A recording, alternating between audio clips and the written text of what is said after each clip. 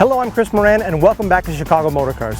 What I'm doing today is going for a quick spin in this beautiful Ferrari F430 Spider.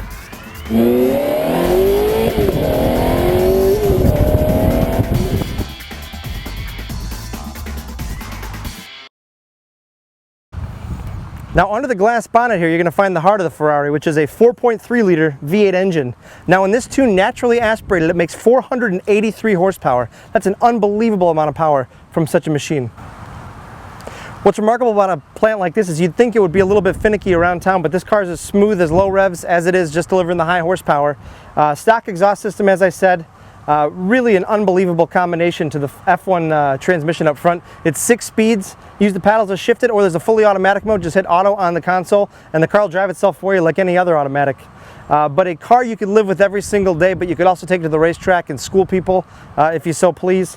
But around town it's an absolute delight. On the racetrack it's an absolute delight. For a long haul it's a delight. You name it. This really can do a whole lot more than you'd think, especially for a Ferrari.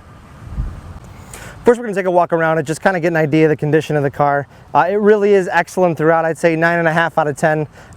Just being that half point deduction just for the fact that it does have 23,000 miles on it, but a couple of very, very minor touched up stone chips I don't even think the camera would be able to grab. But the whole front end, lower area, the bumper, everything really is in excellent condition. Tour de France blue, one of my favorite colors on a Ferrari, and very classic. The name Tour de France obviously has some history with the Ferrari brand. But gorgeous up here, xenon headlamps up here with an LED running light that goes right through there. Also a pop-up sprayer for those headlamps. Now on the side you got the optional 19-inch monolithic wheel.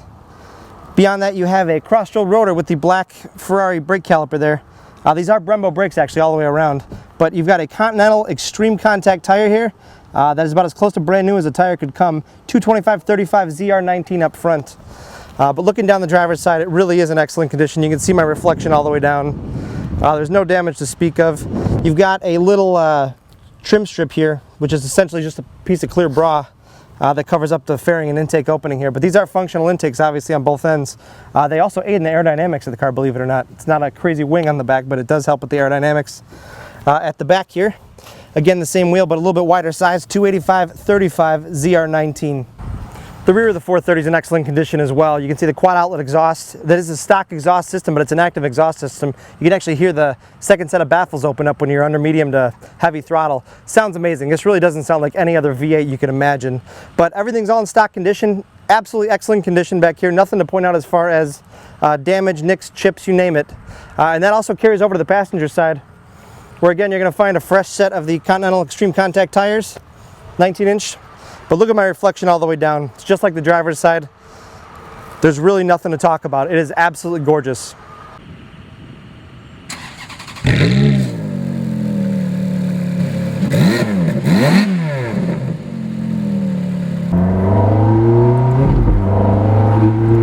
an awesome sound. Well, obviously I'm out for a spin in the 430 Spider. Or as some will correct me, the F430 Spider, which is the proper name for the car. But here I'm rolling up to a red light, manually downshifting. I'm just leaving regular sport mode, but listen to how easy this car just accelerates here. Green light,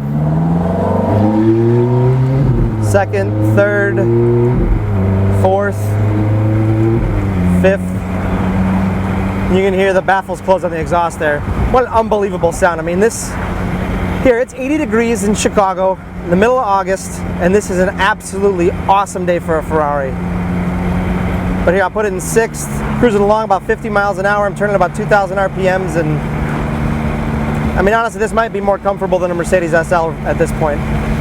It's just buttery smooth in everything it does, but you know you've got that immense power behind you. So obviously you can downshift to get the soundtrack back. There you go into 4th gear. And as we just crest the speed limit for a split second there, it really is an honor to drive something like this. And not only that, it is really comfortable. All the inputs are light. You got power steering that's actually really light when you're not pushing it. All the controls are very direct. You got a great air conditioning system. You know, it used to be something that plagued a lot of the Italian cars back in the day, but you really have nothing to compromise. Great stereo, in-dash CD with a navigation system built in. Dual power seats, got some carbon fiber trim here. Everything's powered, including the full power top. But this is an amazing car. It really is an amazing car. This is what an Italian sports car is today. And the soundtrack behind it, I mean, if you didn't know it was a V8, you'd not be able to tell by the sound of it.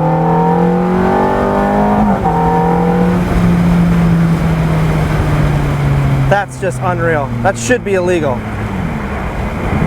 Another cool thing about the interior on here is the yellow tachometer. I really think that's something cool. You know, it's an option from the factory. It comes standard red.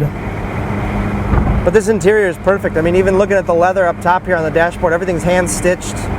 Carbon fiber inlays, you know, even if you're not a big carbon fiber fan, they don't stick out at you. The stitching on the doors here, this light leather, and everything works perfect. There's absolutely nothing wrong with this car. To drive it is like to drive a brand new car. It really is. Alignment's dead on. Coming up to a stop here. Car will downshift itself back to first. I mean, here I'm 6 feet. Obviously, I'm adjusted extremely well. I'm very comfortable. This is a tilt and telescope steering wheel, so it can go up and down or come out to you. But the Manatino here, I'm in the sport mode right now, which is your normal drive mode. You can go to race where it just clips the shifts into just milliseconds. Listen to that sound. Oh, that's unreal. And that's nothing. I'm just driving around town, not bothering anybody. But with the Manatino, once you go into race mode as well, it firms up the suspension. So, you know, the sport mode gives you a little bit more of a touring ride, and the shifts take a little bit longer. Here, I'll go down to third, and you can hear it's a little lazy. But when I go to race, and I put it in fourth, you can hear it just hit the shift right away. It's like there's no lag time. It almost feels as quick as a dual clutch. Obviously, it's not. But you really could drive this every single day if you wanted to. Obviously, the climate's something to consider. Here in Chicago, I don't know if I'd necessarily drive it every day in the winter, but I probably could.